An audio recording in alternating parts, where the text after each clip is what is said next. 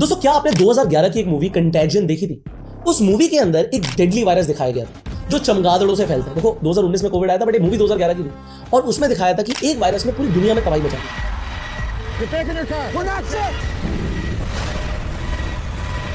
It's figuring us out faster than we're figuring it out. It's mutating. देखो, वो तो एक फिक्शनल वायरस था, बट वो उस टाइम निपा वायरस से इंस्पायर्ड था, जिसकी आज मैं बात कर रहा हूं। ये वायरस इतना खतरनाक इसलिए है क्योंकि इसका जो केस फैटिलिटी रेट है, CFR, इतना खतरनाक है कि ये 40% से 75% और कभी कभी 90% लोगों तक की जान ले सकता है। आज इस वीडियो में हम इस वायरस की डिटेल में बात करने वाले हैं। इनफैक्ट ये वायरस हमारी इकोनॉमी, इनफैक्ट स्टॉक मार्केट को कैसे हिला सकता है, इसके ऊपर भी बात करेंगे। देखिए, अभी इंडिया के अंदर स्टेटस ये है कि वेस्ट बंगाल में 5 कंफर्म्ड केसेस आ चुके हैं। 100 लोगों को क्वारंटाइन कर दिया गया है। 100 लोगों को क्वारंटाइन कर दिया गया है। तो क्या दोबारा से पेंडेमिक आ सकता है? देखो, निपा वायरस है क्या, इसे अभी आपको समझना जरूरी है कि ये वायरस एक जूनोटिक वायरस है। अब जूनोटिक का मतलब क्या होता है? जूनोटिक का मतलब होता है कि ये जानवरों से इंसानों में फैलता है। इसका नेचुरल होस्ट जो होता है वो फ्रूट बैट होते हैं, जिन्हें आप फ्लाइंग फॉक्सेस भी कहते हैं। एक पेड़ से दूसरे पेड़ पर वो उड़ते हुए जाते हैं। अब ये फैलता कैसे है? अगर आप आज फ्रूट्स खा रहे हैं और आप उन्हें बिना धोए खा रहे हैं, अगर आपका फ्रूट आपको कट दिख रहा है तो अभी सतर्क हो जाइए। बांग्लादेश और इंडिया के अंदर इस वायरस को फैलने का सबसे बड़ा रीजन है डेट्स, खजूर। जो खजूर के आप देखते हो ना, इंडिया में खजूर बिकता है, अलग अलग रेडी वाले भी खजूर बेच रहे हैं। जो चमगादड़ है, फ्लाइंग फॉक्सेस, इन्हें इनका रस पीना बहुत पसंद है। अब जब ये रस पीने जाते हैं तो वहां पर अपनी यूरिन, सलाइवा, एक्सक्रीटा छोड़ देते हैं और फिर इंसान उसे खा लेते हैं। 1989 से 1999 में भी मलेशिया में इसी वायरस का आउटब्रेक हुआ था, बट उस टाइम पर इन्फेक्शन पिग से फैला था इंसानों में। अब सोचिए, उस टाइम पर पिग्स रीजन थे, इस बार ऐसा बोला जा रहा है कि बैट्स रीजन है। बट इंडिया के अंदर ये वायरस कोविड के टाइम में भी बैट से फैला था कोविड, बट अभी जो निपा वायरस है और ज्यादा डेडली क्यों है? क्योंकि मैंने आपको बताया इसमें फैटिलिटी रेट बहुत ज्यादा है, मतलब मौत के चांसेस ज्यादा है। अगर 100 लोगों को हुआ तो 40 लोगों की मौत निश्चित है। इंडिया में निपा की जो एंट्री हुई थी सबसे पहले 2011 में सिलीगुड़ी, वेस्ट बंगाल में हुई थी, जहां 66 केसेस में 74% लोगों की मौत हो गई। उसके बाद 2007 में वेस्ट बंगाल में केसेस दोबारा है। बट असली चिंता तब शुरू हुई जब केरल में 2018 में ये वायरस बार बार आने लगा। 2025 में भी इसका आउटब्रेक आया। हाल ही में, जब मैं पिछले साल की मई से लेकर जुलाई तक की बात कर रहा हूं, तो केरल के मल्लापुरम के अंदर, पलाक्काड डिस्ट्रिक्ट के अंदर कंफर्म्ड केसेस आए।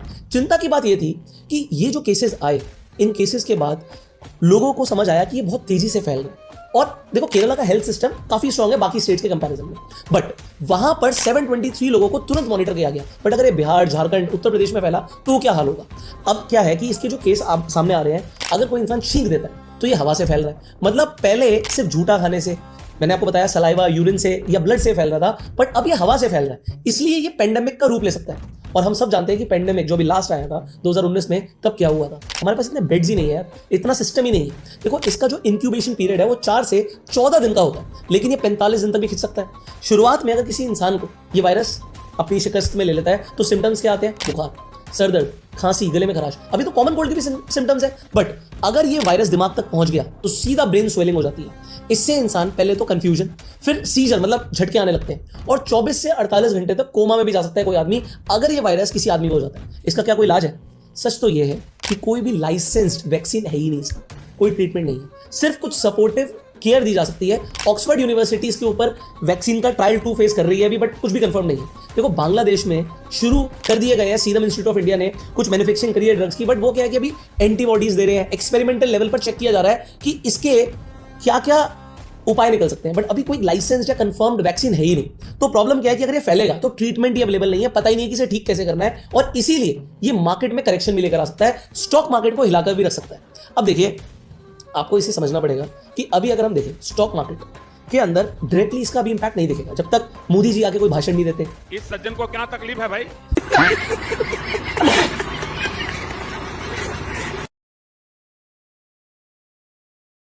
जब तक मतलब सारी स्टेट्स के अंदर आपको दिखने लग जाए कि भाई रेड अलर्ट जारी कर दिया गया। बट हम क्या एनालाइज कर सकते हैं कि पहले के आउटब्रेक्स में क्या हुआ था? जब 1999 में मलेशिया में आउटब्रेक हुआ था, तो आप जानकर हैरान हो जाएंगे, 10 लाख पिग्स को, मतलब सुअरों को मार डाला गया था, क्योंकि उन्हीं की वजह से आउटब्रेक फैल रहा था।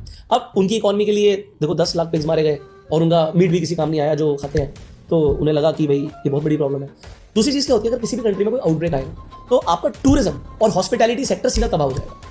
अब हेल्थ केयर पर क्या होगा? गवर्नमेंट को सर्विलेंस बढ़ाने के लिए पैसा खर्च करना पड़ेगा, करोड़ों रुपए खर्च करने पड़ेंगे। अब इससे क्या होता है, जो फार्मा के स्टॉक्स होते हैं, जो हेल्थ केयर स्टॉक्स होते हैं, वो भागने लगते हैं। अब कोविड के अंदर भी हमने देखा कि बाकी ओवरऑल मार्केट के अंदर एक बहुत नेगेटिव इंपैक्ट दिखता है, बट फिर भी जो फार्मा है, जो आपका हेल्थ केयर सेक्टर है, वो अच्छा परफॉर्म करता है। तो अगर पेंडेमिक जैसी सिचुएशन बनती है तो भाई पूरी इकोनॉमी पर बात आ सकती है। आपको समझना है कि पेंडेमिक जैसी सिचुएशन ना बने, तो आप लोगों को अभी से प्रिवेंशन रखना पड़ेगा। Prevention is always better than cure. अब प्रिवेंशन में आप लोग क्या कर सकते हैं? मैं बोलूं आप काम पे मत जाओ, घूमने मत जाओ, ऐसा तो पॉसिबल नहीं है। बट अगर कोई आदमी दिख रहा है जिसे कॉमन कोल्ड के भी सिम्टम्स है, तो उससे दूरी बनाए रखें। हमें नहीं पता कि उसको निपा वायरस हो, वी डू नॉट नो। तो आपको निपा से अभी डरने की जरूरत नहीं, आपको सावधान रहने की जरूरत है। अब देखो कुछ बेसिक स्टेप्स हैं जो आपकी जान बचा सकते हैं, आपके आसपास के लोगों की जान बचा सकते हैं, आपकी फैमिली की जान बचा सकते हैं। और मैं जान की बात डायरेक्टली कर रहा हूं क्योंकि ये डेडली वायरस है। सबसे पहले तो जैसे खजूर का रस या डेट्स की हम बात करते हैं, थोड़े टाइम ना खाओ यार, थोड़ा अवॉइड कर दो। जमीन पर अगर कोई फ्रूट गिरा हुआ है या आपको लग रहा है कोई फ्रूट खाया हुआ है, तो उसे तो बिल्कुल ही मत खाइए। हो सकता है उसे किसी चमगादड़ ने खाया हो। देखो चमगादड़ों से तो दूरी रहना चाहिए, पता नहीं कौन लोग चमगादड़ खाते हैं जहाँ से कोविड शुरू हुआ। बट अगर आप नॉनवेज भी अवॉइड कर सकते हो तो करना चाहिए। देखो भारत की जो वैक्सीन कैपेसिटी है, जैसे सीरम इंस्टीट्यूट, हमें उम्मीद है कि भाई वो इस डेडली वायरस का भी कोई ना कोई हल ढूंढेंगे और इंडिया इस वायरस को भी इन फ्यूचर हरा देगा। बट जब तक हमारे पास वैक्सीन नहीं है, प्रिवेंशन ही क्योर है, ये आपको समझना पड़ेगा। और अगर आपको जानकारी हेल्पफुल लगी तो आपको इस वीडियो को भी शेयर करना पड़ेगा। देखो आपको इस वीडियो को शेयर करने से कई सारे लोगों को समझ आएगा कि नॉर्मल हाइजीन भी मेंटेन करना बहुत जरूरी है। आप किसी पब्लिक प्लेस पर जाते हो, आके हाथ धोएं। आप रेगुलरली, मतलब सर्दियाँ हो रही हैं बट आप फिर भी अगर दिन में 2 बार नहा सकते हो तो जरूर नहाना चाहिए, क्योंकि अगर आप बाहर से होकर आ रहे हो, आपको नहीं पता कि हो सकता है आप किसी वायरस को कैरी कर रहे हो अपने शरीर पर। सो हाइजीन मेंटेन करना इज हाईली इंपॉर्टेंट। और अभी जब तक हमारे पास इसका कोई क्योर नहीं है, थोड़ा सा सावधान रहे। स्टॉक मार्केट में अपने पोर्टफोलियो को डाइवर्सिफाइड रखें। बट यस, अगर मार्केट में कोई करेक्शन ट्रिगर होती है तो वो खरीदने की अपॉर्चुनिटी होगी। Crash is always an opportunity. तो अपनी एसआईपी मत कीजिएगा, क्योंकि आपको कम दामों पर स्टॉक्स खरीदने को मिलते हैं, ईटीएफ खरीदने को मिलते हैं, म्यूचुअल फंड की एनएवी सस्ते में मिलती है, ज्यादा यूनिट्स आती है। तो आप अगर एसआईपी शुरू करना चाहते हैं तो स्क्रीन पर नंबर है, इस नंबर पर कॉल करके जानकारी ले सकते हैं। और मैं डिस्क्रिप्शन और पिन कमेंट में भी आपको फ्री डीमैट अकाउंट का लिंक दे दूंगा, जिससे मार्केट के गिरने पर आप सस्ते में मार्केट में इन्वेस्टमेंट कर पाए। सो फ्री डीमैट अकाउंट का लिंक डिस्क्रिप्शन पिन कमेंट में, एक बार आपका अकाउंट खुल जाता है तो आप रेफर अर्न करके भी पैसे कमा सकते हैं। बाकी आप इस वीडियो को शेयर कीजिए ज्यादा से ज्यादा लोगों तक, सब्सक्राइब कर लीजिए चैनल को, बेल आइकन पर क्लिक करिए, जिससे इस तरीके की वीडियोस आपको मिलती रहे। See you in the next video, till then you were self made, enjoy.